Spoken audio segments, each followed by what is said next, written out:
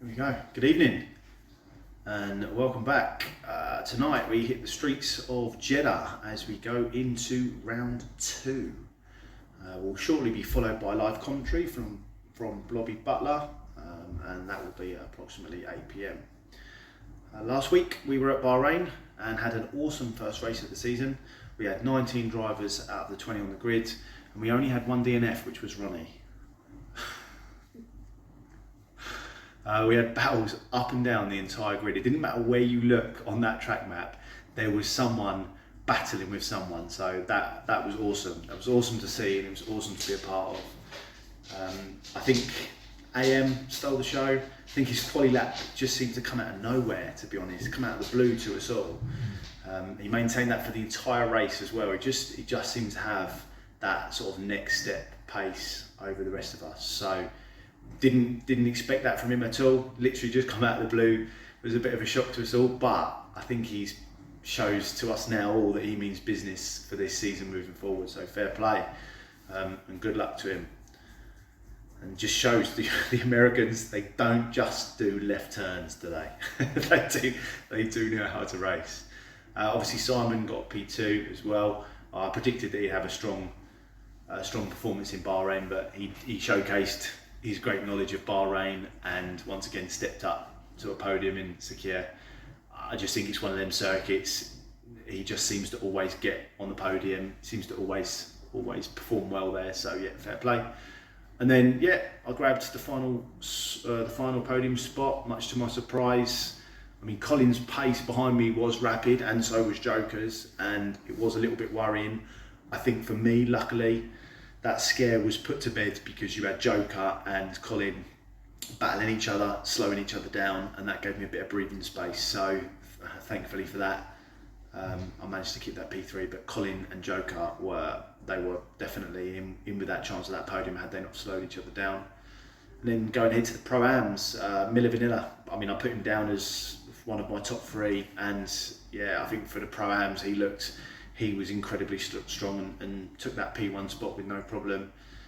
P2 was 50 Gent, who again showed that he can never be ruled out of a podium, and he's always amongst it somewhere. He just seems to have that consistency every single season.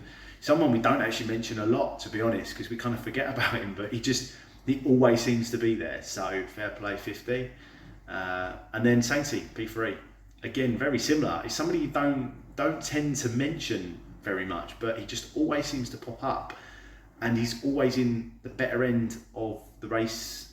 He's always the better end of the points on race night as well. So he's just consistently finishing in that sort of in that 4th, 3, 2, sometimes the 1, but mainly that 4th, 3rd, and 2nd. And then before you know it, like those points add up, and boom, he's up there, P1, P2, P3 for the Pro-Am title. So again, hopefully that will continue for him. I think strategy, as we all kind of expected, was a one-stop. The hards to the mediums actually had the better race pace, and I think was the quicker strategy. I mean, it worked for AM because he was in front. I think the problem is the other sort of drivers ended up getting themselves caught in the traffic. It was a 50-50 split. 50% of people went on the hards, 50% of people went on mediums. And I think the people that were on the hards and got stuck in the traffic, that's what slowed them down, because they couldn't get past those medium runners when they needed to, and that then massively affected them. So I think that was Joker, that was Colin, that was Smug. Their race pace at the end was phenomenal, and actually, had they not been caught in traffic early on, I think they potentially would have been up there. AM showed that was the stronger race pace. For me and Simon going on the mediums, it just meant it was kind of the safer option, and actually it just meant that we would just kind of stayed safe, if you like. But the hard to medium was definitely the better strategy. And then a few people as well chucked on the softs just to try and get that fast lap opportunity, all because their tyres fell off. I know Al Newt chucked on a set of hards early on. I think it was in the early laps because he had some tyre pressure issues, and Easy Life did the same as well. I think Easy Life did 21 laps maybe on the hards, and I think Al Newt did maybe 23. So yeah, there was maybe even more than that actually. So they did quite well to keep that up. AM ended up taking Maximum points, took fastest lap and P1, so well done to you. Maximum points out of a race weekend, worked very well done. Obviously full race debut as well in Monday night, so congratulations there. Levi took the Pro-Am fastest point, coming onto the softs at the latter stage on the final stint, so managed to grab that final point. And Joker made the most overtakes. He had a very, very poor quali, a dreaded quali you might say, and then yeah, it was nice to see that he made his way back up into fourth, but then that time penalty put him down into fifth. But again, he was fighting the likes of Colin and stuff like that, so that was really good to see from him. And also Smug, just want to put a massive shout out to you, dude. Like, yours and Ben Lane's rivalry does continue. Yes, you and him do seem to have this like coming together. I don't know what that's all about, but happens. Unfortunately, it was a penalty against you, and yeah, unfortunately, Ben Lane, that did sort of hamper your race. So otherwise, I could definitely have seen you up there battling with us in those top 3 spots. But Smug, I mean, when I saw you provisional pole in quali, that was I was like, oh my god, here we go. Where's this come from? You sandbagging little what's it? But no, it was nice to see you back up there.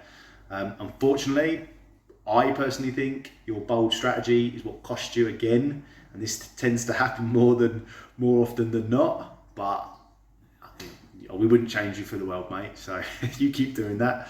I don't mind finishing ahead of you. But no, it was really nice to see you back up there, and also to see the very small margins between these quali laps as well, which was really nice to see.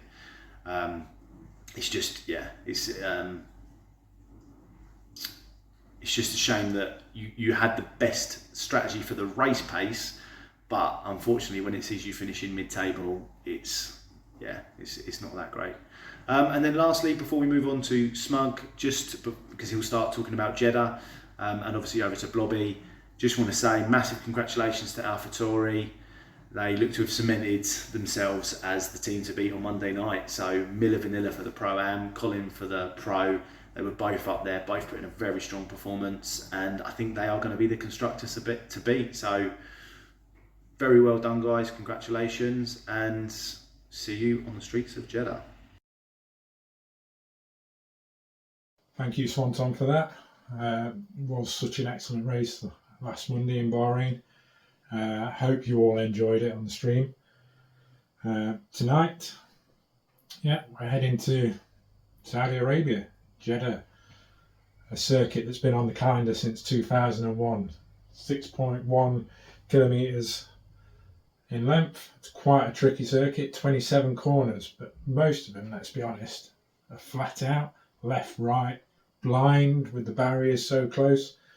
But you've got also 3 very strong DRS zones around here, which proves to be very beneficial in overtaking. We've only had 1 race in DRS in Saudi Arabia, and that saw Swanton take victory back in season 1. Also saw Pro-Am at the time, and Pro-Am again this season after promotion, relegation. Levi take P2. We only had 13 runners. I think we had 4 DNFs, but it's a circuit where staying out of the walls is the biggest challenge. TMK holds the fastest lap here at the moment, a 1 minute 31.6. I think that will be going this week, TMK. I can't see you holding on to that. The speed of the drives and the speed of the cars at the moment in this game are a lot faster than they used to be. I can see that getting smashed, and I can see a 120, 129 if there's a late safety car, or certainly in the 130s, late 130s if there isn't and people are just driving around on mediums and hards. So let's talk about the circuit. So sector 1, very tight, sweeping left, right, some tricky braking zones where you're going to be turning as well. The goal through sector 1 in reality is stay as close to the car ahead as possible, lining yourself up for sector 2 and sector 3. There's not really many safe overtaking places. without the other driver making a mistake. So it is just a waiting game. But you do have a first opportunity down into turn 13, the banked left-hander. But even if that's no good, you're then coming up to turn 17, where it's turn 17, 18, 19, where you're getting the first DRS zone. And that leads down to turn 22. That whole section of the track, it's not a straight line. There's never a straight line on this circuit. And you need to get that move done before turn 22, because you'll all know that if you get turn 22 wrong, you're compromised all the way through the second DRS zone down to turn 27. Because if you don't carry the speed through turn 22, 23, 24, you're getting overtaken again. You lost it. You're gone. But even if you get overtaken down to turn 27, there's again another DRS zone straight after turn 27, leading down the pit straight into turn 1. So strategically, do you pass there? Do you wait for the pit straight? Do you do a Lewis and Max and literally come to a standstill to make sure you've got the DRS for the next part? Because if you can hold on to it through sector 1 and pull out a bit of a gap, you've got a better chance than using the other DRS zones. So looking at the starts, we don't have any footage from our first race. I think it was round 8 in season 1. We weren't streaming. We haven't got any footage of it, but we can go back to TSL days, good old TSL, and have a look at a few race starts back then, because there's 3 races in Saudi Arabia throughout the different tiers. So we'll start off with this one. We've got Magician on pole, Wavy alongside. Wavy, for some reason, makes a mistake, jumps to start. That makes the easy run into turn 1 for Magician, who undoubtedly went on to win the race, as he always does. But one thing to note, very few changes throughout the grid down into the first few corners. P1 looks like the place to be. Now next one, we've actually got Buggy on P1, me in P2, and then on the video as well we've got MK5 in P4. So this time, once again, P1, P2, very similar starts. There's never really an opportunity to go up the inside. Unless you get a much better start from P2, the opportunity is not there. But as you can see, there was opportunities through turn 3 and up to turn 4. So perhaps that's the way to go. And then the final one we've got, again, we've got Mansis and we've got Mo, or TMK as he's known now, in P2. Again, P1 gets away really well and goes into turn 1 first. If it wasn't for Mansis having the technical issue with his controller at the time and then going straight into the wall, he would have led that first lap. But as it was, Mo leading the race, TMK. Would you believe it? It used to happen. And to be honest, he didn't crash out that race. He did manage to finish P9, so he did go backwards. That race, battle of attrition, it's, like I've already mentioned, it's staying out of the walls, it's staying clean, it's staying tidy. And that led me to get one of my best finishes in TSL, finishing P2 to Magician, as the other drivers drop back, beating the likes of Bunny, Syme, Snipes on the way, crossing the line. Certainly a good achievement for me, that was. So we know the circuit, we know what it's like. It is a circuit of concentration, confidence and speed all together. That's the only way you're going to get around it, that's the only way you're going to succeed. So with AM's win last week, we know he's got 2 of them, confidence and speed. He was flying around Bahrain, he was battling Syme, different tyre strategies, and he prevailed only just. But has he got the concentration to get around Saudi? That's a different thing. We know Syme is very good around these types of circuits. He absolutely smashes Monaco each time we race there. So I'd say Syme is my pick for the win today. Closely fought with Swanton, who hasn't DNF'd once since we started DRS. It's going to come at some point, Swanton.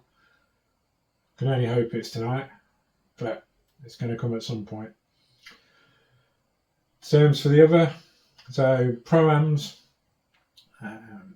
Miller Manila, certainly a different level this season, end of last season, but can he hold it together in a difficult track where overtaking is so precise? My money is on Levi tonight. Levi's proven again and again he can just ride around the track constantly without doing anything, without damaging his car. He did it in Vegas, finished on the podium in Vegas last year. He can do it again. Yeah, here. He finished P2 in our first race here. So, Syme, Levi, you're my picks. Well, it's about time we find out what's going to happen. Let's head over to Blobby for our commentary tonight as we get ready to enjoy the DRS Saudi Arabian Grand Prix.